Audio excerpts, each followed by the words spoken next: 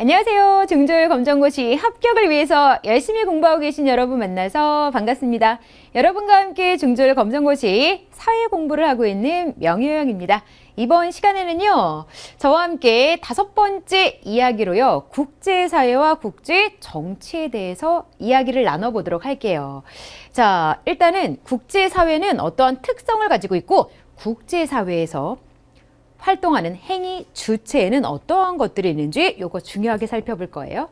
두 번째, 국제 외교와 우리나라의 국제 관계에 대해서 알아볼 텐데요.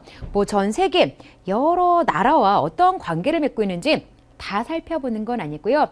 이웃 나라인 일본, 중국하고의 관계를 살펴볼 텐데요. 갈등이 일어나고 있는 그러한 갈등 관계에 대해서만 꼽아서 공부할 예정입니다. 자, 그리고 마지막으로는요, 국제사회에 갈등 일어나고 있어요. 그렇지만 갈등은 극복하고 해결되어야지요. 국제사회라는 것 자체가 세계 여러 나라가 공존하는 그러한 모습을 가지고 있기 때문에 갈등을 해결하고 평화 공존할 수 있는 노력이 필요합니다. 그것과 관련된 내용까지 살펴보도록 할게요. 자, 첫 번째. 국제사회가 도대체 어떠한 특성을 지니고 있느냐, 국제사회의 행위 주체에는 어떠한 것들이 있느냐, 이거부터 알아보도록 할게요. 국제사회라고 하는 건 여러 나라가 서로 교류하면서 공동생활을 영위하는 그러한 사회를 가리킵니다. 이건요, 달달 외울 필요 없어요. 그냥 여러 나라가 함께 서로에게 영향을 끼치는 그러한 사회를 국제사회라고 하는구나, 쉽게 이해하고 넘어가시면 됩니다. 자, 그런데 중요한 건 국제사회의 특성이에요. 그냥 한 나라 안에서 사람들이 지내는 것과 다르게 세계 여러 나라가 서로에게 영향을 주고받으면서 서로 살아가는 국제사회는 어떠한 특성을 가지고 있느냐? 일단 여러 나라가 공존하는 모습을 지니고 있지만 자기 나라의 이익을 우선적으로 추구하는 거죠. 당연하다라고 좀 이해가 되시지 않나요? 자국의 이익을 우선 추구합니다. 그래서 공존해라고 함에도 불구하고요, 우리나라에게 피해를 준다라고 하면요, 당연히 이제 뭐 국제 거래와 연관지어서 이야기를 하자면 우리나라가 피해를 입을 것 같으면 국제 거래 끊어야죠. 또는 줄여야죠. 뭐 이런 식의 모습이 대표적으로 자국의 이익을 우선 추구하는 그러한 특성이다라고 볼 수가 있고요. 강력한 중앙 정부가 없습니다. 이게 무슨 말이냐, 한 나라라고 한다면 뭐 개인이 잘못을 저질렀을 때 정부에서 경찰, 검찰을 동원해서 그 죄에 대해서 밝히고 벌을 주는 그런 식의 제재가 가해지잖아요. 그렇지만 국제사회는 강력한 중앙정부가 실제로 존재하지 못한다는 겁니다. 예를 들어서요, 국제연합과 같이 국제기구가 특정 국가가 국제사회에 악영향을 미치면 제재를 가하잖아요 라고 생각하는 분들이 있을 텐데요. 제재를 가하긴 해요. 그렇지만 이 제재라고 하는 게 어느 정도 지원을 끊고 교류를 끊는 그런 식의 제재이지 해당 행위 자체를 아예 못하도록 할 수는 없다라는 거예요. 북한 같은 경우 핵실험 합니다. 핵실험하지 못하게 유엔에서 뭐 여러 가지 이제 결의안을 발표하고 제재를 가하겠다라고 해요. 제재가 실제로 가해지기도 합니다. 그런데 우리는 제재 받으면서도 핵실험하겠다. 끝이거든요. 이러한 사례를 바탕으로 그렇구나, 제재를 가할 수는 있지만 실제로 한 나라 안에서 개인이 죄를 저질렀을 때 직접적으로 벌을 줌으로써 그 행위 자체를 못하도록 단속하는 그 정도의 힘을 가진 중앙정부가 국제사회에 있는 것은 아니구나 라고 생각해 주시면 돼요. 자, 그리고 세 번째, 힘의 논리에 의해서 지배되는 특성을 가지고 있기도 합니다. 국제연합 어느 정도 국제사회에 영향력을 끼치고요. 반드시 국제연합에서 내린 결정을 해당 국가가 따를 필요는 없어요. 거부하고 우리는 따로 지내겠다, 이러한 자세를 취하는 경우도 있다라고 설명했잖아요. 그럼에도 불구하고 국제연합이라는 국제기구에서 여러 가지 결정 내린 것을 아예 신경 안 쓸 수는 없다는 거죠. 어느 정도 힘을 지니고 있는데요. 국제연합이 세계 여러 나라가 가입된 대표적인 세계 기구임에도 불구하고요, 국제연합에 가입된 모든 국가가 동등한 힘을 지니고 있지 못해요. 안전보장이사회라고 해서요, 쉽게 말해서 뭐 미국을 중심으로 한 강대국이 우선적으로 국제연합에서 어떠한 의사결정을 할지 사전에 의논하고 어느 정도의 결정안을 가지고 들어온다는 거죠. 그런 식으로 이제 강대국이라고 꼽히는 그런 나라들이 있고, 그런 강대국의 결정이 국제사회에서 무언가를 해결하고자 할 때 그대로 결정 안으로 정해지는 경우가 많다라고 생각해 주시면 됩니다. 자, 그리고 상호 의존과 협력이 확대되고 있다. 당연하죠. 뭐 세계화 시대이기 때문에도 상호 의존하는 모습이 늘어날 뿐만 아니라 환경 문제가 세계적으로 심각하잖아요. 지구온난화 한 나라의 노력으로는 절대 해결될 수가 없어요. 전 세계적으로 협력을 할 때 비로소 지구온난화를 점점 줄일 수 있는 것이지, 한 나라가 뭐 전 국민이 단합해서 지구 온난화를 줄이기 위해서 뭐 화석 연료를 사용하지 않습니다 라고 하더라도요, 나머지 국가들이 화석 연료를 모두 사용하는 바람에 지구 온난화 심각해질 수 있잖아요.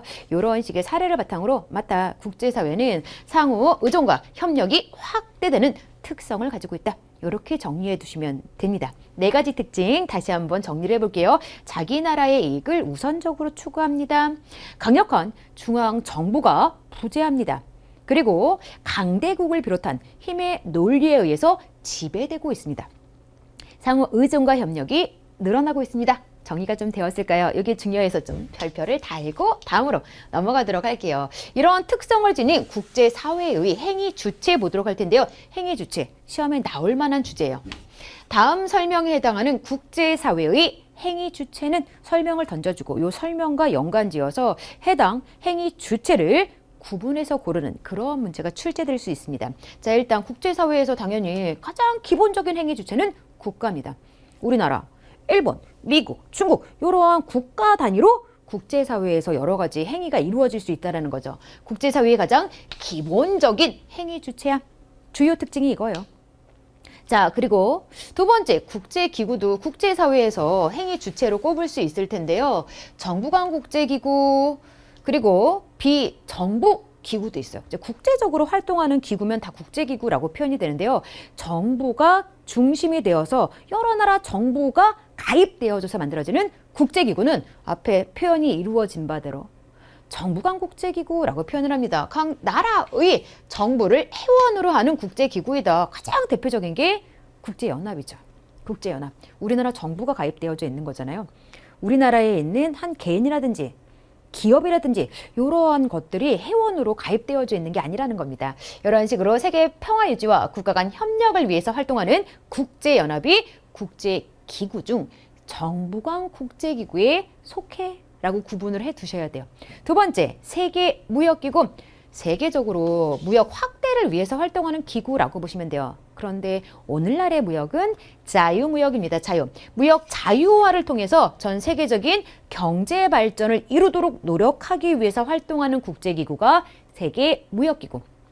WTO야 라고 보시면 됩니다. 1995년에 출범했고요. 여기 나와 있는 대로 무역 자유화를 확산시켜 나가기 위해서 노력을 해요. 그래서 WTO를 중심으로 해서 각 국가별 FTA와 같은 자유무역 협정이 체결되는 모습이 늘어나고 있기도 해 라고 생각해 주시면 돼요. 자, 세 번째, 정부 간 국제기구에는요, 경제협력개발기구 OECD라는 게 있습니다. 회원국의 경제성장, 금융안정 및 세계 무역을 촉진하는 그러한 역할을 담당하고 있어요. 여기에서는요, 국제연합, 세계무역기구 특히 중요합니다. 자, 그리고 이제 비정부 기구도 있어요. 비정부 기구.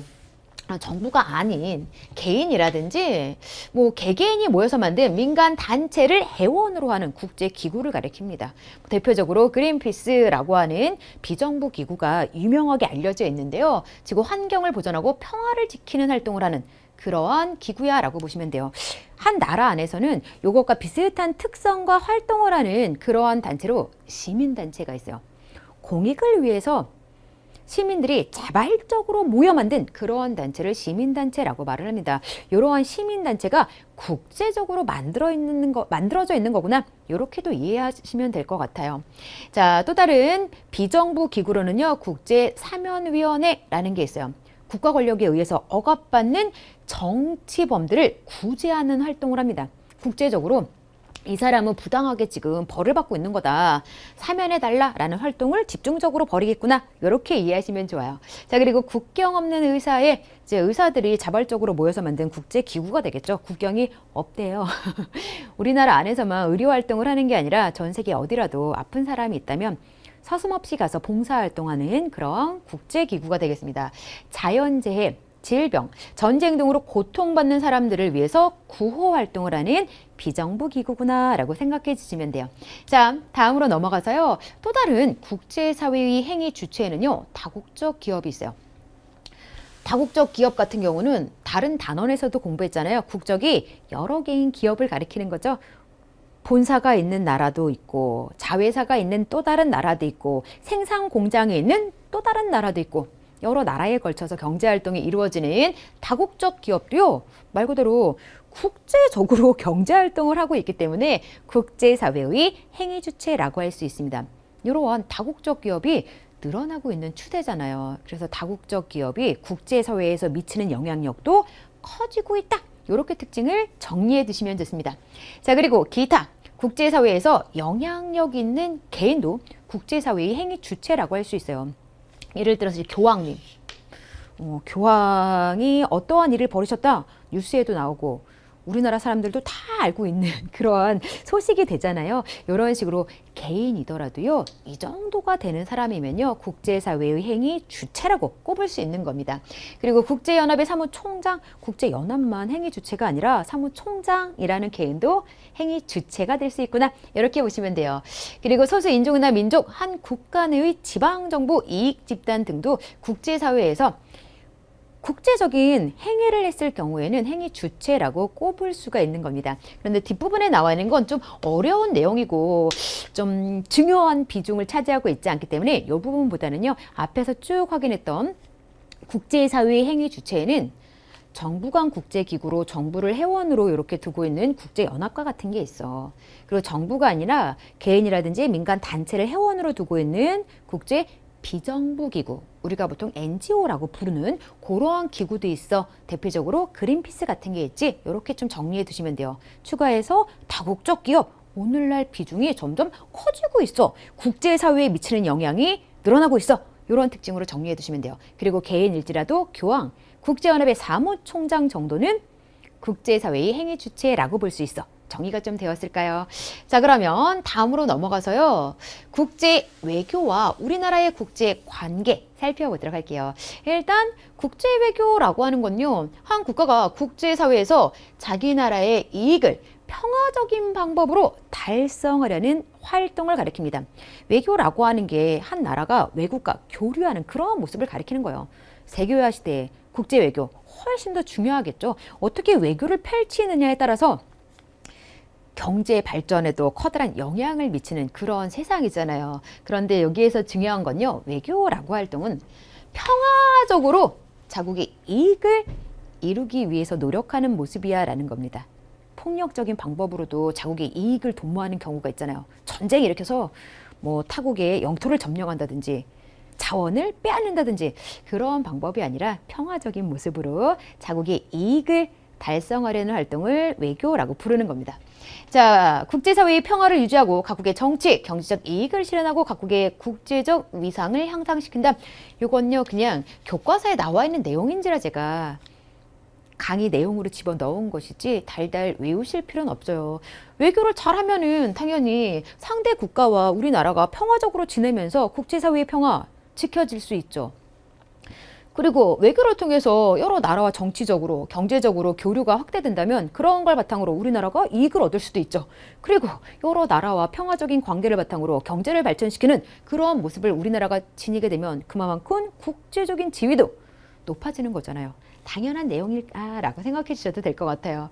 자, 대표적인 외교로 이제 핑퐁 외교라는 게 있는데요. 뒤에서도 한 번 더 나올 건데요. 이 핑퐁 외교라고 하는 게 원래 냉전 체제라고 해서요. 2차 세계대전이 끝나면서 공산주의 진영, 자본주의 진영, 사상과 이념을 바탕으로 해서 세계가 두 진영으로 나뉘어져서 대립했던 적이 있어요. 자본주의 진영을 대표하는 나라는 미국, 공산주의 진영을 대표하는 나라는 소련, 그리고 또 한 나라 중국입니다.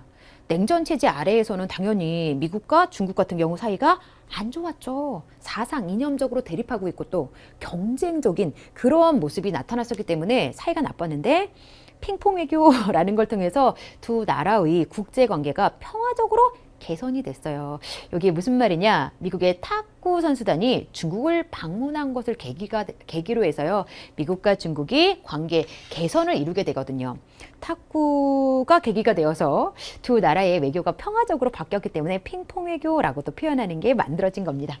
자, 다음으로 또 넘어가 보도록 할게요. 그러면 국제 외교를 통해서 우리나라도 이제 평화를 유지하고 국제적인 지위를 높이고 여러 가지 노력들이 기울여지고 있을 텐데, 그럼에도 불구하고요, 이웃한 나라하고의 관계에서 갈등을 겪고 있는 그런 문제도 있다라는 겁니다. 이걸 이제 어떻게 국제 외교와 연관지어서 해결할 것이냐, 그거를 사실은 가르치기 위해서 이러한 사례를 먼저 가르치는 겁니다. 우리나라가 국제적인 갈등을 겪고 있는 문제로 가까운 일본과 독도에 대해서 영토 문제, 영토 분쟁 겪고 있는 거죠. 자, 어떤 사람들은요, 이걸 문제라고 여길 필요가 없다라고 주장하는 것에 저는 좀 공감이 되기도 했어요. 아니, 우리나라 땅을 일본이 지들 땅이라고 한다고 우리가 굳이 발끈할 필요가 있냐? 너희 하고 싶은 말 다 해라. 그냥 그래봤자 독도는 우리 땅이거든? 이러면 끝난다. 라는 식의 이야기를 하는 분들의 의견도 접한 적이 있는데요. 어찌되었건 간에 계속해서 일본은 이것이 문제인 것으로 국제사회에 호소를 하고 있어요.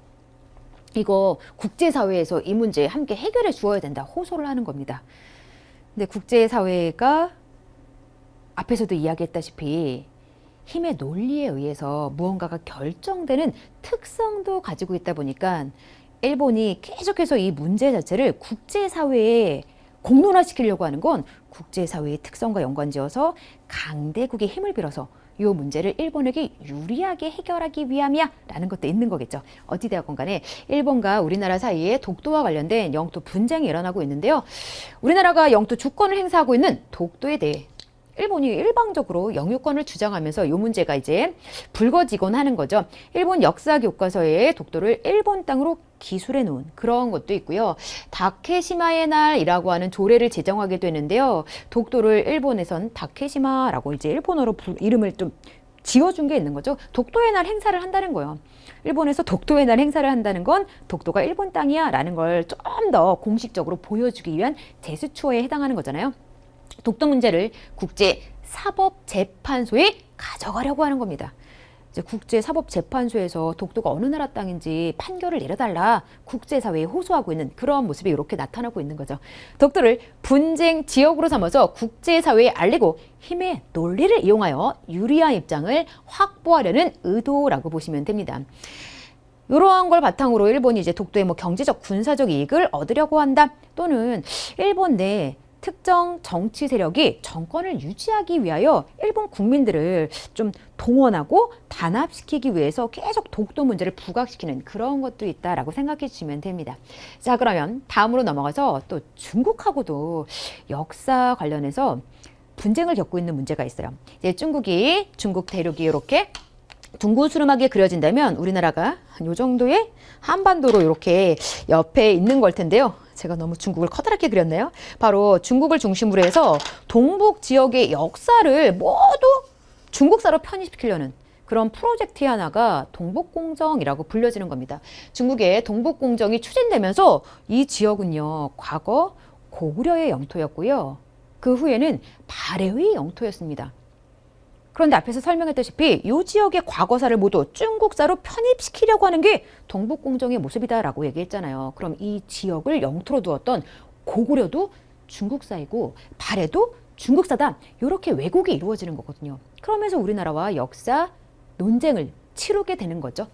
중국 국경 안에서 전개된 모든 역사를 중국의 역사라고 주장하면서 고조선, 고구려, 발해의 역사를 중국 역사로 편입시키고 있다.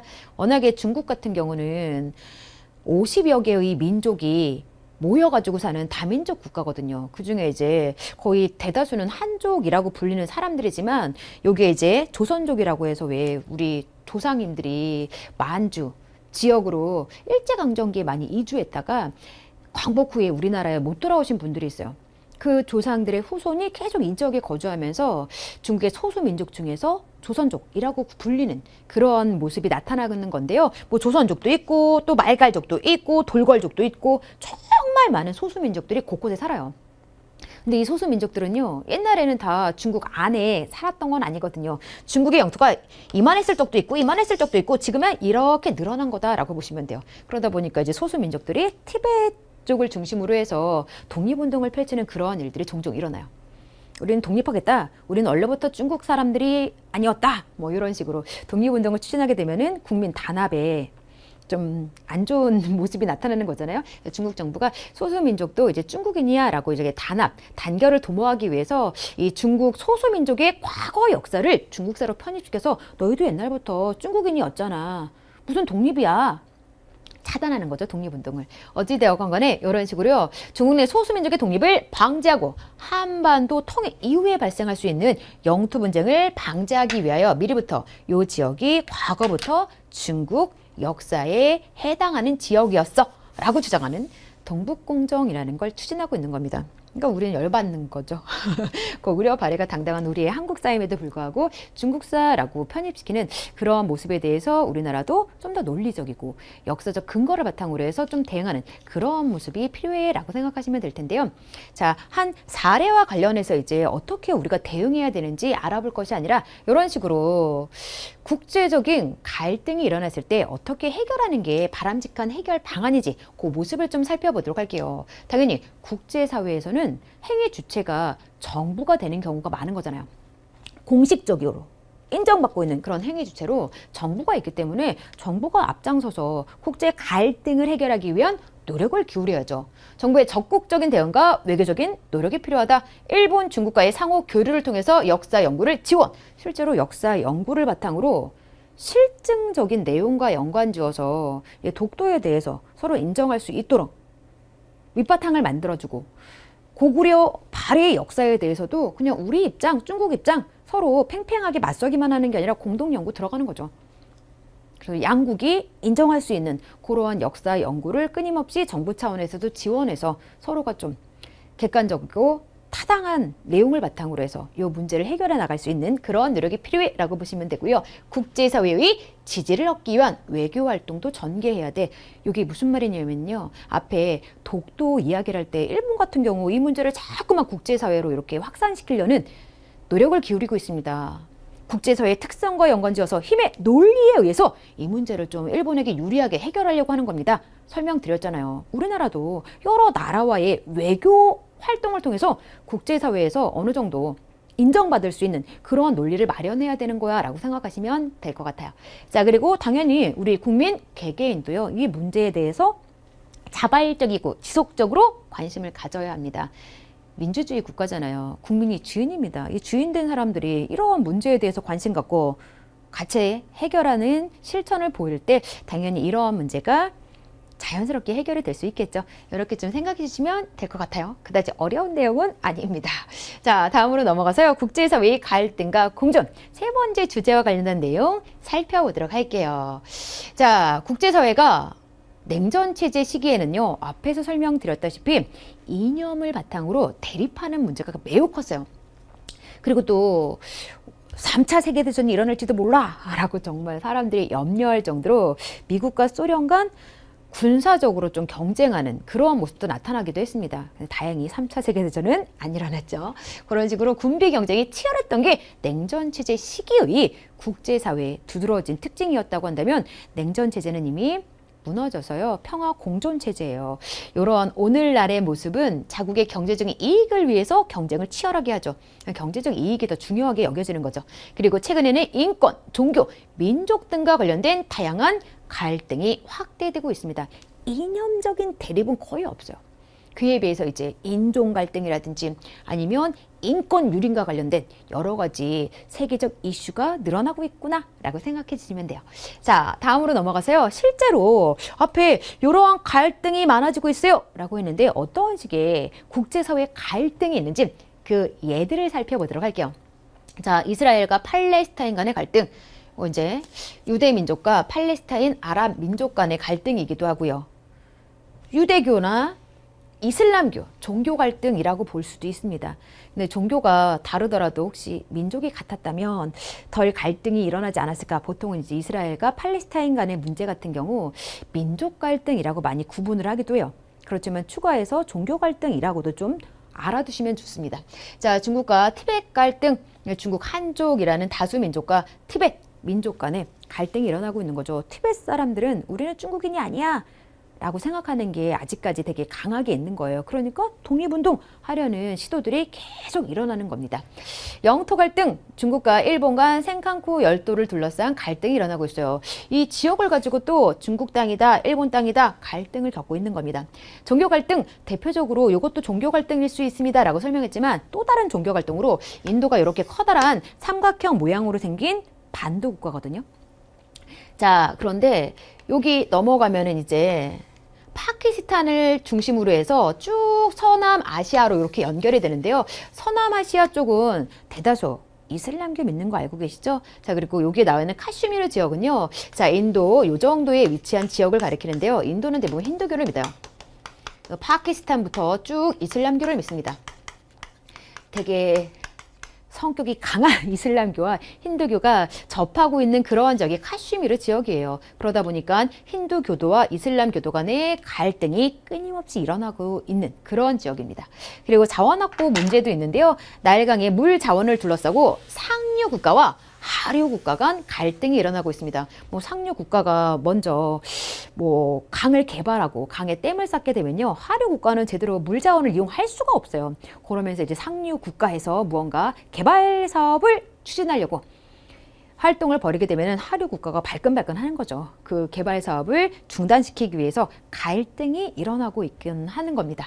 자, 환경 문제, 뭐 개발도상국과 선진국 간 오염물질 배출 규제 갈등. 이것도 되게 좀 치사한 게 있어요. 기후변화 협약이라고 해서 지구온난화 문제가 엄청 심각하잖아요. 그래서 이제 지구온난화의 주범은 이산화탄소가 끊임없이 늘어나고 있는 거야. 그래서 이산화탄소 배출 양을 규제하기로 했어요. 그래서 1년 동안 각 국가가 이산화탄소를 얼마만큼 배출해야 되는지 배출량 자체에 이제 상한선을 정해놓은 거죠. 이 선을 넘어서면은 국제 벌금을 내야 돼요. 그 국가에 대해서 이제 제재를 가하자라는 식의 협약이 체결이 되어져 있는 겁니다. 근데 선진국은요, 말 그대로 선진국 경제적 여유가 있다 보니까 재생에너지 개발하고 있거든요. 그래서 순환 자원들 많이 개발해서 이용하는 게 점점 늘어나고 있거든요. 그런 것과 연관지어서 화석연료 덜 사용하는 그런 모습이 선진국은 빠르게 진행이 되고 있어요. 개발도상국은 이제 막 개발 시작했는데 당연히 값싼 화석연료 써야죠. 어떤 문제가 발생하는 거냐면요. 자, 만약에 이게 이제 뭐 1000에 해당하는 그러한 양이 이산화탄소 배출 양으로 제재가 가해지는 양이라고 한다면 선진국 같은 경우는 뭐 1년에 한 500 정도밖에 이제 배출을 안 하는 그런 수준에 이르는 거예요. 500이 남잖아요. 이 500만큼을요 개발도상국에게 팔아요. 야, 너희 1500 정도 배출해야 되지 않냐? 우리나라한테 500 사가라. 이런 식의 모습이 일어나고 있다는 겁니다. 오염물질 배출 규제 갈등 등등이 이것과 연관된 모습으로 좀 이해가 되면 좋을 것 같아요. 자, 다국적 기업 진출로 인한 갈등. 당연히 다국적 기업은 선진국에 있는 경우들이 많기 때문에 이제 본사가 선진국이라는 거죠. 그러다 보니까 개발도상국에도 물론 다국적 기업이 있긴 있는데 소수라는 건데요. 어찌되었건 간에 다국적 기업이 이제 개발도상국에 딱 진출하게 되면은 동일 상품을 생산하는 개발도상국의 기업은 큰 피해를 입을 수밖에 없겠죠. 미국과 중국의 무역 분쟁도 심각하게 일어나고 있다라고 보시면 되겠습니다. 자, 그러면 국제사회가 이러한 갈등이 일어나고 있음에도 평화 공존하기 위해서 노력을 기울여야 될 거잖아요. 어떻게 노력을 해야 되는지 모습 살펴보도록 할게요. 앞에서도 이미 봤다시피 외교적인 노력 필요합니다. 한 국가가 국제사회에서 자국의 이익을 평화적인 방법으로 달성하려는 활동이다. 이미 앞에서 확인한 거죠. 대표적으로 이제 핑퐁 외교 같은 게 있었는데요. 이런 식의 핑퐁 외교는 탁구 선수단이 스포츠 활동과 관련해서 우리 중국 가겠다. 중국이 또 탁구를 잘하는 그런 나라에 손 꼽혔거든요. 중국 가서 함께 탁구 치겠다. 이런 게 이제 계기가 되어서 두 나라 간 긴장 관계가 좀 완화되고 평화 관계가 늘어나는 그런 모습이 나타난 사례를 바탕으로 외교 활동을 통해서 앞에서 살펴본 여러 가지 갈등 해결해야 된다. 전쟁과 같은 폭력적인 방식으로 자국의 이익을 추구해서는 평화 공존이 이루어질 수 없다. 이렇게 이해하시면 될 것 같아요. 자, 그리고 국제사회의 협력, 국제법이나 국제기구를 통한 분쟁 해결, 국제 비정부기구의 다양한 활동. 요거는요, 이미 앞에서 봤다시피 국제연합과 같은 정부 간 국제기구가 앞장서서 특정 갈등과 관련된 해결에 노력을 기울여야 된다. 그리고 너무 국제연합과 같이 정부가 회원인 그런 국제기구만의 활동에 기댈 게 아니라 개개인 또는 민간 단체들이 자발적으로 만들어 놓은 국제 비정부 기구도 다양한 활동을 통해서 국제 문제의 해결에 기여할 수 있다라고 보시면 될 것 같아요. 자, 그 다음에 이건 너무나 뻔한 도덕적인 내용이죠. 상호 존중을 하자, 이해를 하자, 양보의 자세를 갖도록 노력하자. 크게 어려운 내용은 아닐 것 같습니다. 자, 그리고 약간 플러스 학습으로 제가 추가해서 준비한 내용이 있는데요. 자, 외교 활동이 옛날, 오늘날 좀 변화된 게 있어요. 옛날 같은 경우는 정부가 외교 활동의 공식 주체로 많이 중심을 이루고 있었어요. 그리고 주로 외교 문제가 정치, 안보, 이러한 문제가 중심이 되었는데요. 오늘날은 정부 외 민간 외교도 활발하게 이루어지고 있다는 거죠. 이제 국제기구 중에서도 국제 비정부 기구의 활동이 늘어나고 있기도 해. 이렇게 생각해 주셔도 될 것 같고요. 정치, 군사, 경제, 사회, 문화, 스포츠. 이 국제사회에서 다루고 있는 국가 간 외교 내용이 훨씬 더 다양해졌다라고 보시면 되겠습니다. 옛날엔 정부가 중심이었어. 근데 요즘에는 민간 외교도 활발해졌어. 옛날엔 정치나 국가 안보, 군사 문제가 중심이었어. 그렇지만 오늘날은 다양해졌어. 동그라미 친 내용들이 핵심이야 라고 정리해 두시면 좋을 것 같아요. 됐을까요? 자, 이렇게 해서 이번 시간의 이야기가 모두 마무리가 되었습니다. 자, 국제사회 특성 기억나시나요? 힘의 논리에 의해서 무언가 좌지우지 되기도 한다. 상호 의존, 협력이 늘어나고 있다. 그렇지만 강력한 중앙정부가 존재하고 있지 못하다. 그리고 자국의 이익을 우선적으로 추구한다. 특히 중요한 내용이고요. 이런 국제사회에서 행위 주체, 그래서 이제 국제기구가 있죠. 그 다음에 다국적 기업 있죠. 그리고 교황, 국제연합의 사무총장과 같은 개인도 국제사회 행위 주체라고 할 수 있습니다. 국제기구 중에서는 이제 정부 간 국제기구도 있고요. 비정부 간 국제기구도 있다는 거. 이 종류를 정확히 나누어 두시는 게 특히 중요해요. 그런 거. 그 다음에 이제 국제사회에서는 갈등 문제가 일어나고 있는데 특히 우리나라, 일본, 중국, 가까운 이웃나라하고 여러 가지 갈등 겪고 있습니다. 갈등을 평화적으로 해결하기 위해서 어떠한 외교 노력 기울여야 되는지, 그리고 국민 개개인도 자발적이고 지속적인 관심 가져야 합니다. 이런 내용 공부했던 걸 잘 정리해 두시면 좋을 것 같아요. 자, 이렇게 해서 마지막으로 한 번 더 짤막한 핵심 정리해 드리는 것까지 마무리가 되었네요. 여러분, 이번 시간에도요, 열심히 공부하시느라 수고 많았습니다.